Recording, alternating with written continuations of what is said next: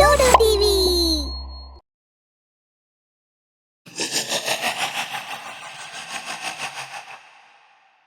Teacher Prashant Kishore ಒಬ್ಬ ಒಳ್ಳೆ ಶಿಕ್ಷಕರು. ಇವತ್ತು ಅವರ ವರ್ಗಾವಣೆ ಯಾವುದೋ ಬೇರೆ ಕಡೆಗೆ ಆಗೋಯ್ತು. ಧರಂಪುರ ಹೈಸ್ಕೂಲ್ನಲ್ಲಿ ಇವತ್ತು ಅವರ ಕೊನೆ ದಿನ. ಸ್ಕೂಲ್ನ ಎಲ್ಲ ಸಹೋದ್ಯೋಗಿಗಳು ಅವರಿಗೆ ವಿದಾಯವನ್ನು ಹೇಳ್ತಾ ಇದ್ದಾರೆ. ನೀವೆಲ್ಲ ಕೊಟ್ಟಿರುವ ಸ್ನೇಹ ನಾನು ಸಾಯೋವರೆಗೆ ಮರೆಯೋಲ್ಲ. ನಿಮ್ಗೆಲ್ಲರಿಗೂ ತುಂಬಾ ತುಂಬಾ ಧನ್ಯವಾದಗಳು. ನಾನಿನ್ನು ಬರ್ತೇನೆ. ಒಬ್ಬ ಪಿಯೋನ್ ಅವರ ಎಲ್ಲ ಸಾಮಾನನ್ನು ಅವರ ಕಾರ್ನಲ್ಲಿ ಇಡ್ತಾನೆ. ಸಾರ್, ನಿಮ್ಮ ಹೊಸ ಪೋಸ್ಟಿಂಗ್ ಎಲ್ಲ ಆಗಿದೆ. ಕಾಲಿನಗರ್ ಹೈಸ್ಕೂಲ್. ಏನು? ಕಾಲಿನಗರ್? ಆ ಗುಡ್ಡಗಳ ಹಳ್ಳಿ. ಹಾ ಹೌದು, ಏನಾಯ್ತು? ನೀನಿಷ್ಟೊಂದು ಯಾಕೆ ಹೆದರಿದ್ದಿ? ಸಾರ್, ನೀವು ಅಲ್ಲೋಗ್ಬೇಡಿ. ಅಲ್ಲಿ ಯಾರು 1 ತಿಂಗಳಿಗಿಂತ ಜಾಸ್ತಿ ನಿಲ್ಲಲ್ಲ. ಎಲ್ಲರೂ ಅಲ್ಲಿಂದ ವರ್ಗಾವಣೆ ತಗೊಂಡು ಹೋಗ್ಬಿಡ್ತಾರೆ. ಅದಕ್ಕೋಸ್ಕರ ಅಂತಾನೆ ಅಲ್ಲಿ ನಾನು ಟ್ರಾನ್ಸ್ಫರ್ ತಗೊಂಡದ್ದು. ಹಾಗೂ ಅವರಿಗೆ ಕೂಡ ಒಳ್ಳೆ ಶಿಕ್ಷಣದ ಹಕ್ಕಿದೆ. ಶಿಕ್ಷಕರು ಹೀಗೆ ಬದಲಾವಣೆ ಆಗ್ತಿದ್ರೆ ಅವರದ್ದು ಏನ್ ಕತೆ? ಪ್ರಶಾಂತ್ ಕಿಶೋರ್ ಕಾರ್ನಲ್ಲಿ ಕುತ್ಕೊಂಡು ಹೋಗ್ಬಿಡ್ತಾರೆ. ಕಾಲಿನಗರ್ ಸ್ಕೂಲ್ ಹೋಗ್ತಲೇ ಅವರು ತುಂಬಾ ಆಶ್ಚರ್ಯ ಪಡ್ತಾರೆ. ಯಾಕಂದ್ರೆ ಎಲ್ಲ ಸ್ಕೂಲ್ನ ಬಿಲ್ಡಿಂಗ್ಗಳಿದ್ರು ಅಲ್ಲಿನ ಮಕ್ಕಳು ಮರದ ಕೆಳಗೆ ಕೂತ್ಕೊಂಡು ಪಾಠ ಕೇಳ್ತಾರೆ. ಸ್ಕೂಲ್ನ ಮೇನ್ ಗೇಟ್ಗೆ ಒಂದು ದೊಡ್ಡ ಚಿಲ್ಕ ಹಾಕಲಾಗಿತ್ತು. ಇದೇನಾಗ್ತಿದೆ ಇಲ್ಲಿ? ನೀವೆಲ್ಲ ಸ್ಕೂಲ್ನ ಒಳಗೆ ಕುತ್ಕೊಳ್ಳಲ್ಲ? ಹಾಗೂ ಇದಕ್ಕೆ ಬೀಗ ಯಾಕೆ ಹಾಕಿದೆ? ಆಗ ಕಾಲಿನಗರ ಸ್ಕೂಲ್ನ ಪಿಯೋನ್ ಹೇಳ್ದ, ಸರ್, ಇಲ್ಲಿ ಎಲ್ಲ ಮಕ್ಕಳು ಹೊರಗಡೆ ಕುತ್ಕೊಂಡು ಓದಲು ಇಷ್ಟಪಡ್ತಾರೆ. ಅದಕ್ಕೆ ಸ್ಕೂಲ್ನ ಬೀಗ ತೆಗೆಯುವ ಅವಶ್ಯಕತೆನೇ ಬರಲ್ಲ. ಯಾಕೆ ಮಕ್ಕಳೇ, ನೀವೆಲ್ಲ ಸ್ಕೂಲ್ನ ಒಳಗೆ ಕುತ್ಕೊಳ್ಳಲು ಇಷ್ಟಪಡಲ್ಲ? ಯಾವುದೇ ಮಕ್ಕಳು ಏನು ಹೇಳಲ್ಲ. ಮಹೇಂದರ್, ನೀನ್ ಸ್ಕೂಲ್ನ ಬೀಗ ತೆಗೆ. ಬೇಡ ಸರ್, ಈ ಬೀಗ ತೆಗಿಬೇಡಿ, ಇಲ್ಲಂದ್ರೆ ಅನರ್ಥವಾಗುತ್ತೆ. ನೀನ್ ಬೀಗ ತೆಗಿತೀಯೋ ಅಥವಾ ನಾನೇ ತೆಗಿಲ್ಲ? ಮಹೇಂದರ್ ಹೆದ್ರಿ ಬೀಗ ತೆಗಿತಾ ಇದ್ದ. ಅವನ ಹಣೆಯಿಂದ ಬೆವರು ಸುರಿತಾನೆ ಇತ್ತು. ಅವನ ಕೈಕಾಲು ನಡುಕ್ತಾ ಇತ್ತು. ಮಹೇಂದರ್ನ ಕೈಯಿಂದ ಆ ಬೀಗದ ಕೈ ಬಿದ್ದೋಯ್ತು. ಸರ್ಕೋ ನೀನು, ನಾನು ತೆಗಿತೇನೆ. ಪ್ರಶಾಂತ್ ಕಿಶೋರ್ ಬೀಗದ ಕೈ ಎತ್ಕೊಂಡು ತಾನೇ ಬಾಗ್ಲನ್ನು ತೆಗ್ಬಿಟ್ಟ. ಆಗ ಊರ್ನ ಒಬ್ಳು ವೃದ್ಧೆ ಅಲ್ಲಿಗೆ ಬರ್ತಾಳೆ.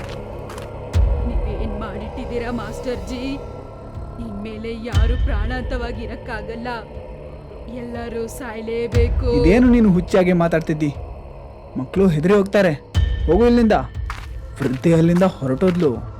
ಇಲ್ಲ ಸರ್, ನಾವು ಒಳಗಡೆ ಹೋಗಲ್ಲ. ನಮಗೆ ತುಂಬಾ ಹೆದರಿಕೆ ಆಗ್ತಾಯಿದೆ. ಅರೆ, ಏನೂ ಆಗಲ್ಲ ಮಕ್ಕಳೇ, ನಾನಿದೇನಲ್ವಾ, ಬನ್ನಿ ಒಳಗೆ. ಎಲ್ಲ ಮಕ್ಕಳು ಒಳಗೆ ಓದ್ಲು ಬಂದರು. ಅವರೊಟ್ಟಿಗೆ ಪ್ಯೂನ್ ಕೂಡ ಒಳಗೆ ಬಂದ್ಬಿಟ್ಟ. ಸ್ವಲ್ಪ ಸಮಯ ಕ್ಲಾಸ್ ತೆಗೆದ ನಂತರ, ಎಲ್ರಿಗೂ ಅರ್ಥವಾಯ್ತಲ್ಲ ಮಕ್ಕಳೇ? ಆಯಿತು, ಇವತ್ತಿಗೆ ಇಷ್ಟೇ. ಇನ್ನು ನಿಮಗೆಲ್ಲ ರಜೆ. ಎಲ್ಲ ಮಕ್ಕಳು ಸ್ಕೂಲಿನಿಂದ ಹೊರಗೆ ಹೋದರು. ಪ್ರಶಾಂತ್ ಕಿಶೋರ್ ಕೂಡ ಸ್ಕೂಲಿಂದ ಹೊರಗೆ ಹೋಗ್ತಾನೆ ಇದ್ರು. ಆಗ ಅವ್ರಿಗೊಂದು ಶಬ್ದ ಕೇಳಿಬರುತ್ತೆ. ನನಗೆ ಇನ್ನೊಮ್ಮೆ ಹೇಳ್ಕೊಡಿ ಅಲ್ಲ ಮಾಸ್ಟರ್. ಪ್ರಶಾಂತ್ ಕಿಶೋರ್ ಹಿಂದೆ ತಿರುಗಿ ನೋಡ್ತಾನೆ. ಆಗ ಕ್ಲಾಸ್ನಲ್ಲಿ ಇನ್ನೂ ಒಬ್ಬ ಹುಡುಗ ಇದ್ದ. ಅರೆ, ಇಲ್ಲಿಂದ ಹೋಗ್ಬಿಡು, ಇವತ್ತಿಗೆ ಇಷ್ಟೇ, ನಾಳೆ ಕಲಿಯೋಣ. ಇಲ್ಲ ಮಾಸ್ಟರ್, ನಂಗೆ ಇವತ್ತೇ ಕಲಿಬೇಕು, ಕಲಿಸಿ ಅಲ್ಲ ಮಾಸ್ಟರ್. ತುಂಬಾ ತುಂಟ ನೀನು, ಹೇಳಿದ್ನಲ್ಲ ನಾಳೆ ಕಲಿಯೋಣ ಅಂತ. ಆಗ ಆ ಹುಡುಗ ಒಬ್ಬ ಭಯಾನಕ ಪಿಶಾಚ ರೂಪ ಆಗಿ ಬಂದ. ನಾನು ಹೇಳಿದ್ನಲ್ವಾ ಮಾಸ್ಟರ್, ನಂಗೆ ಈಗನೇ ಕಲಿಬೇಕು ಅಂತ. ಪ್ರಶಾಂತ್ ಕಿಶೋರ್ನ ಹೃದಯ ಬಡಿತಾನೆ ನಿಂತೋಯ್ತು. ಅವರ ಹಣೆಯಲ್ಲಿ ಬೆವರು ಸುರಿಯಲು ಶುರು ಆಯ್ತು. ಅವರು ಹೆದರಿ ಕಿರಿಸ್ತಾ ಓಡೋಗ್ಲು ಶುರು ಮಾಡಿದ್ರು. ಆಗ ಅವರ ಕಿರಿಚಾಟ ಕೇಳಿ ಮಹೇಂದರ್ ಕೂಡ ಸ್ಕೂಲ್ನಿಂದ ಹೊರಗೋಡ್ಲು ಶುರು ಮಾಡ್ದ. ಸ್ಕೂಲ್ನಿಂದ ಬೇಗನೆ ಓಡ್ತಾ ಹೊರಗೆ ಬಂದ್ರು. ಆಗ ಮಹೇಂದರ್ ಬೇಗನೆ ಹಿಂದಿರುಗಿ ಗೇಟ್ ಕ್ಲೋಸ್ ಮಾಡಲು ಶುರು ಮಾಡ್ದ. ಈಗ ಅವನು ಅರ್ಧ ಗೇಟನ್ನು ಬಂದೇ ಮಾಡಿದ್ದ. ಆಗ ಪಿಶಾಚ ಅವನ ಒಂದು ಕೈಯನ್ನು ಹಿಡಿದು ಒಳಗೆ ಎಳ್ಕೊಂತು. ಆಗ ಕಿವಿಯ ತಮಟೆ ಹೊರದಷ್ಟು ಹೋಗುವ ರೀತಿಯಲ್ಲಿ ಕಿರ್ಚಾಟ ಕೇಳಿ ಬಂದು ಮಹೇಂದರ್ನ ತಲೆ ಕಿಶೋರ್ನ ಕಾಲತ್ರ ಬಂದು ಬಿದ್ದು ಬಿಡುತ್ತೆ. ಇದನ್ನು ನೋಡೋರಿಗೆ ಇನ್ನೂ ಹೆದರಿಕೆ ಆಯ್ತು. ಇನ್ನೂ ಕಿರ್ಚಲು ಶುರು ಮಾಡಿದ್ರು. ಹಾಗೂ ಹೊರಗೋಡಿದ್ರು. ಅವರು ಹಿಂದೆ ಮುಂದೆ ನೋಡದೆ ಓಡ್ತಾನೆ ಇದ್ರು. ಆಗ ಅವ್ರಿಗೊಂದು ಗುಡಿಸಲು ಕಾಣ ಸಿಗುತ್ತೆ. ಅವರು ಅದರೊಳಗೆ ಹೋಗಿ ಬಿಡ್ತಾರೆ. ಹಾಗೂ ಅವರು ನೆಲದಲ್ಲೇ ಕುತ್ಕೊಂಡು ಗೋಡೆಗೆ ಹೊರಗಿ ಕೂತ್ಕೊಂಡು ಬಿಟ್ರು.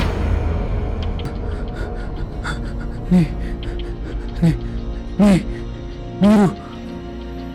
ಆಗ ಯಾರೋ ಅವನಿಗೆ ನೀರನ್ನು ಕೊಟ್ರು. ಅವರು ನೀರು ಕುಡಿದು ಅಲ್ಲೇ ಪ್ರಜ್ಞೆ ತಪ್ಪಿ ಬಿಟ್ಬಿಟ್ರು. ಈ ಕಡೆ ಸ್ಕೂಲ್ನ ಎಲ್ಲ ಮಕ್ಕಳು ತಮ್ಮ ತಮ್ಮ ಮನೆಗೆ ಬಂದ್ಬಿಟ್ಟಿದ್ರು. ಸ್ಕೂಲ್ನ ಟಾಪರ್ ರಾಕೇಶ್ ತನ್ನ ರೂಮ್ನಲ್ಲಿ ತನ್ನ ಬ್ಯಾಗನ್ನು ಇಡ್ತಾನೆ ಇದ್ದ. ಆಗ ಅವನ ಮುಂದೆ ಅದೇ ಪಿಚಾಚಿ ಕಾಣಿಸಿಗುತ್ತೆ. ರಾಕೇಶ್ ಹೆದ್ರಿ ಕಿರ್ಚಾಡ್ಲು ಶುರು ಮಾಡ್ದ. ಅರೆ, ಟಾಪರ್ನ ಶಬ್ದ ಕೂಡ ಇಷ್ಟೊಂದು ಜೋರಿರುತ್ತಾ? ನಾನು ಎಣಿಸ್ತಾ ಇದ್ದೆ ಬುದ್ಧಿ ಮಾತ್ರ ಚುರುಕಿರುತ್ತೆ ಅಂತ. ಅವರಿಗೆ ಮಾಸ್ಟರ್ನ ಮಾತುಗಳು ಒಂದೇ ಸಲಕ್ಕೆ ಅರ್ಥ ಆಗುತ್ತೆ. ಒಮ್ಮೆ ನಾನು ಕೂಡ ನೋಡ್ತೇನೆ ಟಾಪರ್ನ ಮೆದ್ದು ಹೇಗಿರುತ್ತೆ ಅಂತ. ಇಷ್ಟು ಹೇಳಿ ಆ ಪಿಚಾಚಿ ರಾಕೇಶ್ನ ತಲೆಯ ಮೇಲಿನ ಭಾಗವನ್ನು ಖಡ್ಗದಿಂದ ಸೀಳಿ ಅವನ ತಲೆಯಿಂದ ಬೇರೆ ಮಾಡಿಬಿಡ್ತಾನೆ. ಹಾಗೂ ಅವನ ಕುತ್ತಿಗೆ ಕಟ್ ಮಾಡಿ ಅವನ ಇಡೀ ಶರೀರವನ್ನು ತಲೆಯಿಂದ ಬೇರ್ಪಡಿಸ್ತಾನೆ. ಅಲ್ಲಿವರೆಗೆ ರಾಕೇಶ್ನ ಮೃತ್ಯು ಅಲ್ಲೇ ಆಗ್ಬಿಡುತ್ತೆ. ಅಷ್ಟೊತ್ತಿಗೆ ಅಲ್ಲಿ ರಾಕೇಶ್ನ ಅಮ್ಮ ಕೂಡ ಬಂದ್ಬಿಡ್ತಾರೆ. ಹಾಗೂ ಬೋಲುವನ್ನು ಪಿಶಾಚಿ ರೂಪದಲ್ಲಿ ನೋಡಿ ಗುರುತು ಹಿಡಿದ್ಬಿಡ್ತಾಳೆ. ಆ ಪಿಶಾಚಿ ಅಲ್ಲಿಂದ ಮಾಯ ಆಗಿ ಬಿಡುತ್ತೆ. ತನ್ನ ಮಗನ ಈ ಪರಿಸ್ಥಿತಿ ನೋಡಿ ರಾಕೇಶ್ನ ಅಮ್ಮ ಕೂಗ್ಲು ಶುರು ಮಾಡ್ತಾಳೆ. ಈ ಕಡೆ ಪ್ರಜ್ಞೆ ತಪ್ಪಿದ ಪ್ರಶಾಂತ್ ಕಿಶೋರ್ಗೆ ಒಂದು ಶಬ್ದ ಕೇಳ್ಬರುತ್ತೆ. ನಂಗೆ ಇನ್ನೊಮ್ಮೆ ಹೇಳಿ ಅಲ್ವಾ ಮಾಸ್ಟರ್? ಈ ಶಬ್ದ 4 ಕಡೆಯಿಂದ ಪ್ರತಿಬಿಂಬಿಸುತ್ತೆ. ಪ್ರಶಾಂತ್ ಕಿಶೋರ್ನ ಹಣೆಯಿಂದ ಬೆವರು ಸುರಿಯಲು ಶುರುವಾಗುತ್ತೆ. ಅವರು ಕಿರಿಸ್ತಾ ಕಣ್ ತೆಗಿದ್ರು. ಮುಂದೆ ಒಬ್ಳು ವೃದ್ಧೆ ಕುತ್ಕೊಂಡಿದ್ಲು. ಅದೇ ವೃದ್ಧೆ ಯಾವಾಗ ಕಿಶೋರ್ ಬಾಗ್ಲು ತೆಗೆದ್ನೋ ಆಗ ಬಂದಿದ್ಲು. ನನ್ನನ್ನು ಕಾಪಾಡಿ ಅಜ್ಜಿ, ಅವನು ನನ್ನನ್ನು ಸಾಯಿಸಾಕ್ಬಿಡ್ತಾನೆ. ಅವನು ನನ್ನ ಮಗನು. ಏನು? ತುಂಬಾ ವರ್ಷಗಳ ಮುಂದೆ ನಿಮ್ ತರನೇ ಒಂದು ಮಾಸ್ಟರ್ ಈ ಸ್ಕೂಲ್ಗೆ ಪಾಠ ಹೇಳ್ಕೊಡೋದಕ್ಕೋಸ್ಕರ ಬಂದ್ರು. ಅವ್ರಿಗೆ ಕೋಪ ಜಾಸ್ತಿ. ಆ ಕೋಪನೆಲ್ಲ ಮಕ್ಕಳ ಮೇಲೆನೆ ತೋರಿಸ್ತಿದ್ರು. ಮುಂದೆ ಏನು ಯೋಚನೆ ಮಾಡಲ್ಲ. ದನಗಳನ್ನ ಹೊಡೆದಂಗೆ ಮಕ್ಕಳು ನೋಡ್ತಿದ್ರು. ನನ್ನ ಮಗನಾದ ಬೋಲು ಕೂಡ ಅದೇ ಸ್ಕೂಲಲ್ಲಿ ಓದ್ತಿದ್ದ. ಅವನಿಗೆ ಒಂದ್ಸಲ ಹೇಳ್ಕೊಟ್ರೆ ಅರ್ಥ ಆಗೋದಿಲ್ಲ. ಅದಕ್ಕೆ ಯಾವಾಗ್ಲೂ ಮಾಸ್ಟರ್ನ ಪದೇ ಪದೇ ಹೇಳ್ಕೊಡಕ್ಕೆ ಕೇಳ್ತಿದ್ದ. ಅದಕ್ಕೆ ಆ ಸರ್ ಕೋಪ ತರ್ಸ್ಕೊಂಡು ಮಗನ ಹೊಡೆಯಕ್ ಶುರು ಮಾಡಿದ್ರು. ಅದು ಹೆಂಗ್ ಹೊಡೆದ್ರಂದ್ರೆ ದನ ನೋಡಿಯೋ ತರ ತುಂಬಾ ಜೋರಾಗಿ ಹೊಡೆಯಕ್ ಶುರು ಮಾಡ್ದ. ಕೋಪ ತನ್ಮನೆನೆ ಕೆಡ್ಸತ್ತೆ ಅನ್ನೋದು ಆ ಮಾಸ್ಟರ್ಗೆ ಗೊತ್ತಿಲ್ಲ ಅಂತ ಅನ್ಸುತ್ತೆ. ಪಾಪ ಮಗು ಎಷ್ಟು ಕಿರ್ಚಿದ್ರು ಅವನ್ನ ಚೆನ್ನಾಗಿ ಹೊಡೆದಿದ್ದಾರೆ. ಅವನು ತಲೆ ತಿರುಗಿ ಕೆಳಗಡೆ ಬಿದ್ದ. ಅದು ಕೂಡ ಗೊತ್ತಿಲ್ಲದೆ ಮಾಸ್ಟರ್ ಅವನ್ನ ಹೊಡಿತಾನೆ ಇದ್ದ ಅನ್ಸುತ್ತೆ. ಮತ್ತೆ ಅವನ್ಗೆ ತಲೆ ತಿರುಗಿ ಬಿದ್ದಿದ್ದಾನೆ ಅಂತ ಗೊತ್ತಾಗಿ ಅಲ್ಲಿಂದ ಮಾಸ್ಟರ್ ಓಡೋಗ್ಬಿಟ್ರು. ಈ ವಿಷಯ ತಿಳಿದು ನಾವು ಮಗುನ ಹಾಸ್ಪಿಟಲ್ ಕರ್ಕೊಂಡು ಹೋದ್ವಿ. ಮತ್ತೆ ಹೋಗೋ ದಾರಿಯಲ್ಲಿ ಮಗು ಪ್ರಾಣ ಬಿಟ್ಬಿಡ್ತು. ನನ್ ಮಗ ನನ್ನನ್ ಬಿಟ್ಟು ಹೋಗ್ಬಿಟ್ಟ. ಅವಾಗಿಂದ ಅವನು ಈ ಸ್ಕೂಲಲ್ಲೇ ಇದ್ದಾನೆ. ಅವಾಗಿಂದ ಆ ಸರ್ ಯಾವಾಗ ಬರ್ತಾನೋ ಅವನ್ನ ಯಾವಾಗ ಸೇಡ್ ತೀರ್ಸ್ಕೋಬೇಕು ಅಂತ ಅವನಿಗೋಸ್ಕರ ಕಾಯ್ತಾ ಇದ್ದಾನೆ. ನಿಮ್ಮ ಮಗನಿಗೆ ತುಂಬಾ ಅನ್ಯಾಯ ಆಗಿದೆ. ಆದ್ರೆ ಅಮ್ಮ, ನೀವೇ ಹೇಳಿ, ಆ ಮಾಸ್ಟರ್ನ ತಪ್ಪಿಗೆ ಬೇರೆ ಮಕ್ಕಳಿಗೆ ಶಿಕ್ಷೆ ಕೊಡೋದು ಎಷ್ಟು ಸರಿ? ಈ ಊರಿನ ಮಕ್ಕಳಂತೂ ನಿನ್ನ ಮಗನಿಗೆ ಏನೂ ಮಾಡಲಿಲ್ಲ. ಆದರೆ ಅವರ ಭವಿಷ್ಯ ಯಾಕೆ ಅಂಧಕಾರದಲ್ಲಿ ಆಗ್ತಾ ಇದೆಯಾ? ಹೀಗೆ ಶಿಕ್ಷಕರು ಇಲ್ಲಿಂದ ಓಡ್ತಾ ಇದ್ರೆ ಇಲ್ಲಿನ ಮಕ್ಕಳು ಹೇಗೆ ಓದ್ತಾರೆ? ಸ್ವಲ್ಪ ಈ ಊರಿನ ಬಗ್ಗೆ ಆದರೂ ಯೋಚಿಸಿ ಅಮ್ಮ. ಈ ಸಮಸ್ಯೆಗೆ ಏನಾದರೂ ಪರಿಹಾರ ಹೇಳು. ಆಗ ರಾಕೇಶ್ನ ಅಮ್ಮ ಕೂಡ ರಾಕೇಶ್ನ ತಲೆ ಹಿಡ್ಕೊಂಡು ಅಲ್ಲಿಗೆ ಬಂದ್ಬಿಟ್ರು. ಅವಳು ತನ್ನ ಮಗನ ತಲೆಯನ್ನು ಆ ವೃದ್ಧೆಯ ಮೇಲೆ ಎಸ್ಬಿಟ್ಲು. ಇನ್ನು ಈ ಊರಲ್ಲಿರೋ ಎಷ್ಟು ಮಕ್ಕಳನ್ನ ಸಾಯಿಸ್ಬೇಕು ಅನ್ಕೋತಿದ್ಯಾ? ನಿನ್ ಮಗನಿಂದ ಎಷ್ಟು ಜನ ಮಕ್ಕಳು ಪಾಪ ಸತ್ತೋಗ್ಬಿಟ್ಟಿದ್ದಾರೆ ಅಂತ ಗೊತ್ತಾ ನಿನ್ಗೆ? ಊರು ನಾಶ ಆಗ್ಬಿಟ್ಟಿದೆ. ಇದನ್ನ ನೋಡಿ ಆ ವೃದ್ಧೆಯ ಕಣ್ಣಲ್ಲಿ ಕೂಡ ನೀರು ಬರಲು ಶುರುವಾಯ್ತು. ನೀವು ಸರಿಯಾಗಿ ಹೇಳಿದ್ದೀರಾ. ನಾನು ಆ ಮಾಸ್ಟರ್ನ ಸಾಯಿಸ್ಲೇಬೇಕಂತ ನನ್ ಮಗನ್ ಜೊತೆ ಸೇರಿ ಕಾಯ್ತಾ ಇದ್ದೀನಿ. ಆದ್ರೆ ಅದ್ರಲ್ಲಿ ಪಾಪ ಮಕ್ಕಳು ಎಷ್ಟೋ ಜನ ಸತ್ ಹೋಗ್ಬಿಟ್ಟಿದ್ದಾರೆ. ಅದು ಮಾತ್ರ ಅಲ್ಲ, ಓದಕ್ಕಾಗ್ತಿಲ್ಲ. ಅವ್ರ ಭವಿಷ್ಯತ್ತೇ ಹಾಳಾಗ್ತಾ ಇದೆ.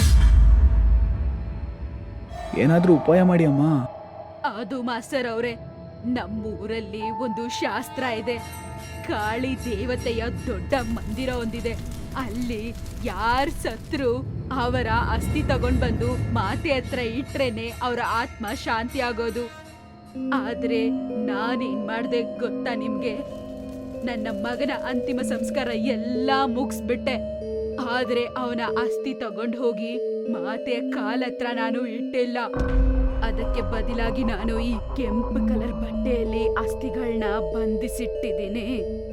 ಮತ್ತೆ ನಾನು ಒಂದು ಪ್ರಮಾಣ ಮಾಡಿದ್ದೀನಿ, ನನ್ನ ಮಗ ಮಾಸ್ಟರ್ನ ಸಾಯಿಸೋವರೆಗೂ ನಾನು ಅಸ್ಥಿಗಳನ್ನ ಮಾತೆ ಹತ್ರ ಕೊಡಲ್ಲ ಅಂತ. ಆದ್ರೆ ಈ ಊರು ಮಕ್ಕಳು ಚೆನ್ನಾಗಿರ್ಬೇಕು, ಅದಕ್ಕೆ ನನ್ನ ಪ್ರಮಾಣನ ನಾನು ವಾಪಸ್ ತಗೊಳ್ತೀನಿ. ಬೂದಿಯನ್ನು ತೆಗೆದುಕೊಂಡು ಇಬ್ರು ದೇವಸ್ಥಾನದ ಹತ್ರ ಹೋಗ್ಲು ಶುರು ಮಾಡಿದ್ರು. ಅವರು ದೇವಸ್ಥಾನ ತಲುಪ್ತಾನೆ ಇದ್ರು, ಆಗ ಆ ಪಿಶಾಚಿ ಬಂದು ಅವರ ಹಿಂದೆ ನಿಂತ್ಕೊಂಡ್ಬಿಡ್ತು. ಅಮ್ಮ, ನೀನು ನಿನ್ನ ಮಗನಿಗೆ ಅನ್ಯಾಯ ಮಾಡುತ್ತ್ಯಾ? ನೆನಪಿಲ್ವಾ, ನಮಗೆ ಆ ಮಾಸ್ಟರ್ನ ದ್ವೇಷ ತೀರಿಸ್ಬೇಕು, ದ್ವೇಷ. ಬೇಡ ಮಗನೇ, ಈ ಸೇಡ್ ತೀರ್ಸ್ಕೋಬೇಕು ಅನ್ನೋ ಒಂದು ವಿಷಯದಿಂದ ಈ ಊರಲ್ಲಿರುವ ಮಕ್ಕಳು ಪಾಪ ಅನ್ಯಾಯ ಆಗೋಗ್ತಿದ್ದಾರೆ. ಇದನ್ನು ಹೇಳ್ತಾ ಅವಳು ಎದುರು ಹೋಗ್ಲು ಶುರು ಮಾಡಿದ್ಲು. ನೀನು ಹುಚ್ಚಿಯಾಗಿದ್ದಿ ಮುದುಕಿ, ನಾನು ಆ ಮಾಸ್ಟರಿಂದ ದ್ವೇಷ ತೀರಿಸ್ತೀನಿ. ಅದಕ್ಕೋಸ್ಕರ ನಿನ್ನ ಪ್ರಾಣ ತೆಗಿಬೇಕಾದ್ರೆ ಅದನ್ನು ಮಾಡ್ತೀನಿ. ಪಿಚಾಚಿ ಅವಳ ಮೇಲೆ ತನ್ನ ಶಕ್ತಿಯಿಂದ ಅಪಹಾರ ಮಾಡ್ತಾನೆ. ವೃದ್ಧ ಮಹಿಳೆ ಸುಡ್ಲು ಶುರುವಾಗ್ತಾಳೆ. ಆಗ ಅವಳು ತನ್ನ ಕೈಯಲ್ಲಿರುವ ಕೆಂಪು ಚೀಲ, ಅದರಲ್ಲಿ ತನ್ನ ಮಗನ ಬೂದಿ ಇರುತ್ತೆ, ಅದನ್ನು ಪ್ರಶಾಂತ ಕಡೆ ಎಸಿತಾಳೆ. ಮಾಸ್ಟರ್, ಬೇಗ ತಗೊಂಡೋಗಿ ಅಸ್ಥಿಗಳನ್ನ ತಗೊಂಡೋಗಿ ಆ ಮಾತೆಯ ಕಾಲತ್ರ ಇಡಿ. ಟೀಚರ್ ಪ್ರಶಾಂತ್ ಕಿಶೋರ್ ಕೂಡಲೇ ಆ ಕೆಂಪು ಬಣ್ಣದ ಬೂದಿಯ ಕಟ್ಟನ್ನು ತೆಗೆದುಕೊಳ್ತಾರೆ ಹಾಗೂ ಮಹಾಕಾಳಿಯ ಪ್ರತಿಮೆ ಹತ್ರ ಓಡಲು ಶುರು ಮಾಡ್ತಾರೆ. ಪಿಚಾಚಿ ತನ್ನ ಶಕ್ತಿಯಿಂದ ಅವನ ಮೇಲೆ ಪ್ರಹಾರ ಮಾಡುತ್ತೆ. ಅವರು ಬಿದ್ದುಬಿಡ್ತಾರೆ. ಪಿಚಾಚಿ ನೆಗಡಲು ಶುರು ಮಾಡುತ್ತೆ.